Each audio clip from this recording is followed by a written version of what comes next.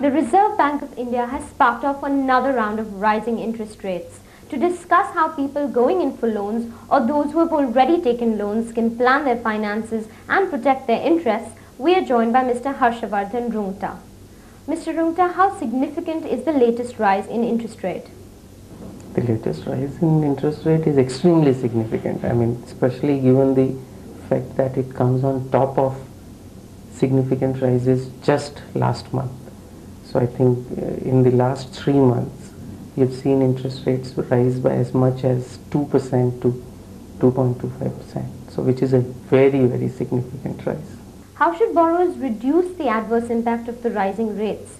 Are there any particular steps that they can take? What they can do is how can they minimize the impact rather than reduce the impact. So the biggest impact is increase in EMIs. So if you take an housing loan example where the hit is far more savage because it affects existing borrowers as well.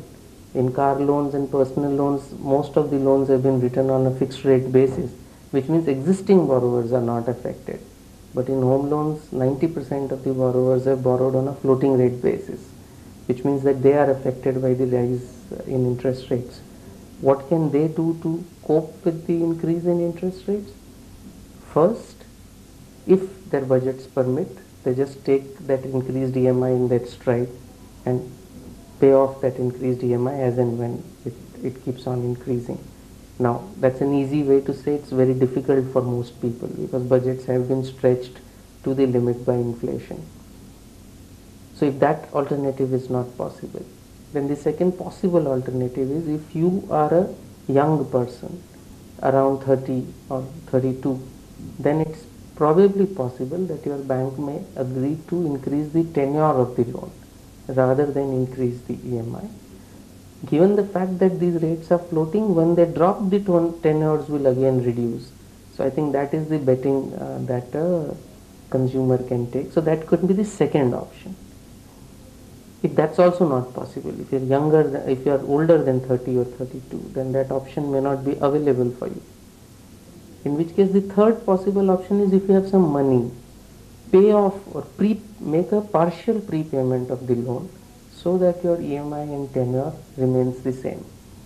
So as a rule of the thumb, somebody who had taken say 20-year loan 3 years ago at about 7.5%, he would typically, for every 1% increase, to keep his EMI and tenure the same, he would have to pay around 6,500 or 7,000, between that figure, as a prepayment to keep his EMI and tenure the same, which means on a 10 lakh loan he'll have to make a prepayment of about 65,000 to 70,000.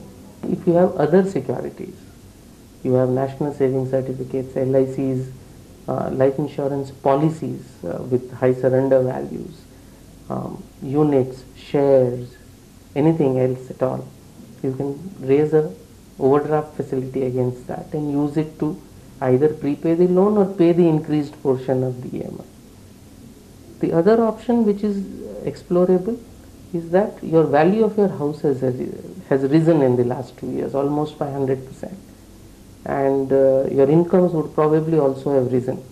And if you have so far maintained a good track record of payment, then your existing lender or probably another lender would be very happy to give you an increased loan on the same house, and that can be used to adjust the payouts, the increased EMI payouts that you have to make.